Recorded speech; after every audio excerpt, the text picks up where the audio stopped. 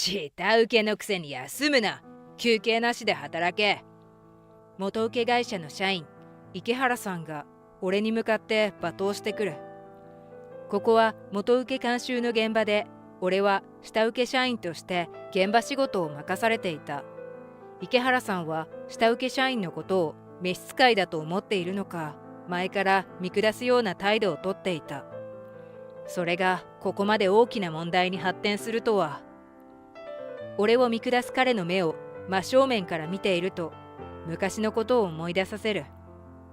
池原さんが俺を見る目は、昔俺のことをバカにしてきたクラスメイトを彷彿とさせるのだ。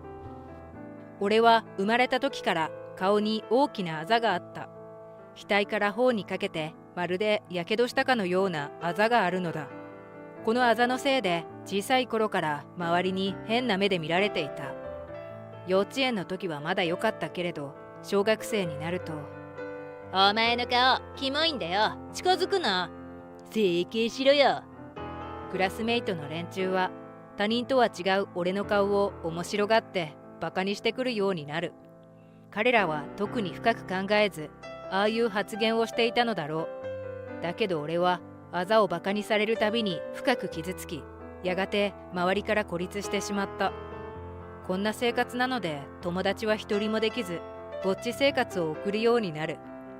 周りとろくに関わらないのでネクラになり、顔を上げれば俺のあざを見た人に嫌な顔をされるので、常にうつむいた状態で過ごしていた。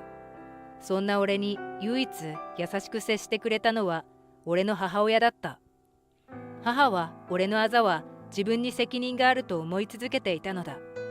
それもあったのだろう。母は少し過保護だった。そして父は俺ばかりに構う母が気に入らなかったようだ。俺に対してあまりいい顔をせず、育児に参加せず、母に全てを押し付けていた。今で言うワンオペで俺を育てた母はいつも疲れた顔をしていた。そんな状態でも母は父に文句も言わず、父はそんな母に甘えていた。やがて父は浮気を繰り返すようになり、我慢の限界を迎えた母は離婚を決意。父親を描いた家は常に困窮気味だったけれど、母は父から解放されて気持ちが楽になった様子だった。俺も父からのストレスに解放されて、母との二人暮らしを楽しんでいた。相変わらずあざのせいで友達はできなかったけれど、母がいてくれたし、遊ぶ時間を勉強に充てて成績がアップしたので、特に問題はなかった。高校も県内随一の進学校へ行けたのだが、ごめんね、大学進学は諦めてほしいの。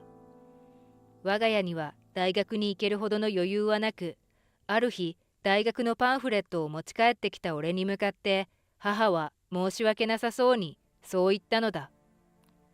大学には行きたかったけれど、母を苦しめてまで行く必要はないと諦め、高校卒業と同時に就職した。たまにこのあざがなかったらどういう人生を送っていたのだろうと想像する。もしかしたら父親は普通の親になれたかもしれない。そうすれば離婚せず、母は大変な思いをしなかったかもしれない。俺も大学に進学できたかもなんて想像するけれど、そんなのは家庭の話だ。この選択が最善だと信じて生き続けるしかない。高校卒業から20年近くが経った。母は老いたけれど、まだ元気いっぱいで過ごしている。お金に多少の余裕ができたので、母は仕事を引退。最近は元職場の同僚たちと遊びに行くのが楽しみだそうだ。一方俺はとある下請け会社の現場で働いていた。この現場は元請けが監修している現場で、かなり大規模な現場となっている。そのため複数の区画に分けて、それぞれの区画に元請け会社の社員が監修担当として配置されているのだが、俺たちの区画の元請け社員はかなり難のある人だったのだ。元請け会社の社員の池原さんは下請けの社員のことを召使いだと思っているらしい。俺たちを顎で使い、平気でこき使ってくる。ある日俺の顔のあざに気づいてからは、特に俺に対しての当たりが厳しくなった。お前のそのあざ、キモいんだけど、整形してくんない？ずっと見ているのは不快なんだよ。彼の言葉は俺が幼い頃に受けた罵倒と全く同じものだ。俺を見る目もあの時の同級生たちの目を思い出させる。社会人になってからはこの顔のあざをバカにしてくる人は減ったけれど、こういう人間はどこにでもいるものだ。俺は今日も池原さんの罵倒に耐えながら仕事を続けていた。池原さんは俺だけでなく他の下請け社員に対しても上から目線だ。ある社員は気の弱さにつけ込まれ、池原さんに弁当を買ってくるように命令されている。いわゆるパシリというやつだ。しかもこの近くの弁当屋ではなく、わざわざ遠い場所にある店を指定して弁当を買ってこさせる。肉体労働が多い現場の下請け社員にとって昼休みは貴重な休憩時間だ。それを分かっていて池原さんは今日も社員に命令するのだ。おい、弁当買ってこいよ。腹減ってるから10分で戻ってこい。でも今は昼休憩中ですが。はあ、下請けのくせに何休もうとしてんの？下請けは休むな。休憩なしで俺のために働け。そんなに弁当が食べたいなら自分で買いに行けばいいのにと思っていても、誰も元請け社員に逆らうことなんてできない。少しでも反抗するような態度を見せると、俺に逆らうつもりか？いい度胸だな。お前どうなってもいいってことだな。と高圧的な態度と言葉で脅してくるのだ。ある日は元請け会社の社長から現場に差し入れをもらったのに、へえ社長、結構いいお菓子くれたんだな。でもお前ら下請けが食べるにはもったいないお菓子だ。これは俺が全部もらっておくからな。そう言って全部奪っていってしまった。こんな調子で池原さんはやりたい放題だ。しかしそんなある日のこと、事件が起こる。その日は月末作業が重なり、現場はかなり忙しかった。目まぐるしい忙しさの中、社員の一人がうっかり小さなミスをしてしまう。部品の少量発注で数を少し間違えてしまったのだが、別の社員がすぐに見つけてストップをかけてくれたのだ。すぐリカバリーすれば問題ない、よくある小さなミスだったのだが、おいお前、このクソ忙しい時にミスなんてしてんじゃねえよ。池原さんはここぞとばかりにミスをした社員を責め立てる。申し訳ございません。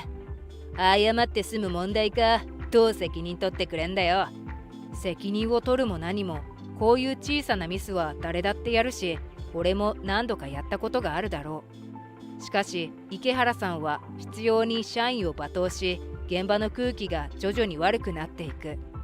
これ以上は見過ごせなくて、思わず俺は池原さんの前に立った。はあ、なんだお前。これ以上はやめてください。ああ、この程度のミス、すぐリカバリーすれば問題ありません。池原さんが怒る時間の方がもったいないです。月末で忙しいのに。すると池原さんは顔を真っ赤にして俺を怒鳴りつけた。てめえ、どの立場で俺に逆らってんだ。下請け社員がなめた口聞いてんじゃねえぞ。何か勘違いしているみたいですけど、元請けは下請けに仕事を依頼しているだけですよ。下請けはあなたの召使いじゃありません。うるせえ、俺に逆らうんじゃねえ。っていうか、そのキモいあざを俺の目の前に出すんじゃねえよ。池原さんはヒートアップして今にも俺を殴りそうな勢いだ。てめえら下請けは元請けの俺の言うことを黙って聞いていればいいんだよ。俺が命令したら黙って従え。逆らったらクビにしてやるからな。分かったら返事しろ。おいおい、何を大騒ぎしているんだ。すると突然第三者が入り込んできた。新田さん、なんでここに？別の区画の社員が急病で欠勤したんだ。その代わりに俺が派遣されたんだよ。お前、あっちまで怒鳴り声が聞こえてきたぞ。何を揉めてたんだ？新田さんと呼ばれた人が何気なく周りに視線をやる。そして俺と目が合うと、なんでこんなところにいるんですか？はあ？お前、この人が誰だか分かってないのか？そして新田さんは俺のもとに足早にやってきてこう言い放った。何やってるんですか社長。俺の顔を知ってる人がいるとは誤算だったな。池原さんはわけがわからないといった顔をしている。俺は少し考えてもういいかなと判断して池原さんにとある真実を教えてあげることにした。新田さんが俺のことを社長と呼んだが、その通りだ。実は俺は新田さんや池原さんが所属している会社の社長で、普段は元請けの会社で働いている。とは言ってもあまり社員の前には顔を出さない。このあざはどうあがいてもコンプレックスで、どうしても人前に出るときは化粧をして隠しているのだ。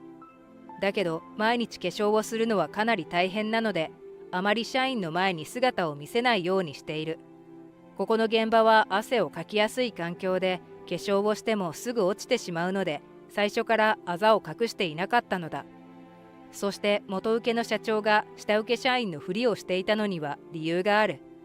この現場から多数のクレームが寄せられていて、そのすべてが池原さんに関するものだった。とある社員が業務を妨害していて、パワハラがひどい。このままでは業務の一時停止もあり得る。と報告を受けた我が社の社員が、その内容を上司に相談していた。たまたま俺が通りがかり、その話を聞いたのだ。じゃあ俺が直接行って確かめてくるよ。他の社員からは止められたけど、ちょうど大きな仕事を終えて手が空いていたし、うちの会社のせいで迷惑がかかっているなら、社長の俺が責任を取らなければならない。そして直属の弁護士と相談しながら現場に潜入して証拠を集めていたのだ。今まで池原さんのパワハラに耐えていたのは、証拠が多ければ多いほど有利に動けると弁護士からアドバイスをもらったからだ。それにしても君って罵倒のレパートリーが多いんだね。へへ。俺の正体を知り、顔を真っ青にしていた池原さんに、俺はにこやかな顔で声をかける。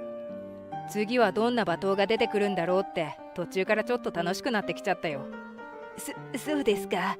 俺があははと笑うと、池原さんもつられてあははと笑った。しかし俺はすぐ表情を一変させる。この状況で笑えるなんてよほど余裕があるんだね。君、これから大変な目に遭うのに。へえ。とりあえず君は今日付でこの現場から引き上げね。後任はそこの新田さんにお願いするよ。はい。そして俺は冷たい目で池原さんを見やる。それと君には今までのパワハラの責任を取ってもらう。解雇処分が妥当だね。嘘だろ。嘘じゃない。そういう処分が下されるほど君の言動はまずいものだった。下請け社員たちに今まで散々迷惑をかけて、本音を言えば解雇だけじゃ生ぬるい。もし彼らが君を訴えるというなら、俺は彼らを全面的に支援するつもりだ。こんなの不当な処分だ。訴えてやる。好きにしなよ。こちらも相応の対処をさせてもらうから。池原さんがブルブルと震える。ふざけんなよ。なんで俺がこんな目に。自業自得だよ。下請けさんは仕事をお願いしている人たちで、上下関係はない。むしろ俺たちからの依頼を引き受けて働いてくれているんだから、感謝の気持ちを忘れるなと折に触れて社員たちに周知しているつもりだったけれど、君、俺の言葉を聞いていなかったみたいだね。池原さんは何か言い返そうと口を開いたが、すぐにうつむいてしまう。どうあがいても俺には勝てないと悟ったのか、そのまま黙って現場から立ち去っていった。それから俺はすぐ会社に戻り、池原さんの処分を正式に決定した。すぐに対応を行い、池原さんは来月付で解雇となった。その後彼は転職活動を始めたらしいけれど、あの性格なのでなかなか思うようには進まず、俺に直談判しようとしたらしいけれど、社長室のドアを叩く前に秘書につまみ出されてしまったらしい。そして何を思ったか、彼は自分が担当していた下請けの現場にやってきて、社員たちにこんなことを頼んだ。あの時のことは反省しているから、君たちが社長に取りなしてもらえないかな。ヘラヘラとした態度でそう言ってきた池原さんに、下請け社員たちは満場一致でお断りしたそうだ。お前はもうこの現場の担当者じゃない。部外者は帰れ。なんだと？俺は元請けだぞ。それももうすぐ解雇になるんだろう。力ずくで追い出されたくなければさっさと出ていくんだな。くそ、覚えてろよ。池原さんはまるで悪役の捨て台詞のような言葉を吐いて現場から逃げるように立ち去ったらしい。という話を俺は現場で社員たちから直接聞いていた。なるほどな。現場の警備を強化しよう。また部外者が入り込んできたら危ないしね。下請け社員と身分を偽って潜入していたこの現場だが、思いのほか居心地が良くてちょくちょくこうして顔を出しているのだ。池原さんの件はあったけれど、下請け社員たちはとても優しい人が多くて話しやすい。俺の顔のあざも気にせず、こうして気さくに話しかけてくれるのだ。ありがとうございます。社長のおかげです。いや、俺がもっとちゃんとしていれば、あんな社員がこの現場に入り込むことはなかった。君たちには迷惑をかけた。俺の責任だ。申し訳ない。俺が深々と頭を下げると、社員たちは慌てた様子で、頭を上げてくださいと言った。お詫びと言っちゃなんだけど、この前あいつに奪われたお菓子を改めて持ってきたんだ。お茶もあるよ。みんなで休憩にしよう。するとみんな嬉しそうな顔を見せてくれた。今後はああいった問題が起こらないよう再発防止に努めなければならない。今回は俺が潜入して対処できたからいいけれど、全ての現場でそういうことはできない。上に立つ者としてしっかり責務を果たしていかなければ。世の中にはいろいろなタイプの社長がいるけれど、俺は現場の声をしっかり聞く社長として励んでいきたい。現場と連携していい環境でいい仕事をするのが俺の目標だ。そのためにも今後もこうして機会を作って現場に赴こうと思っているよ。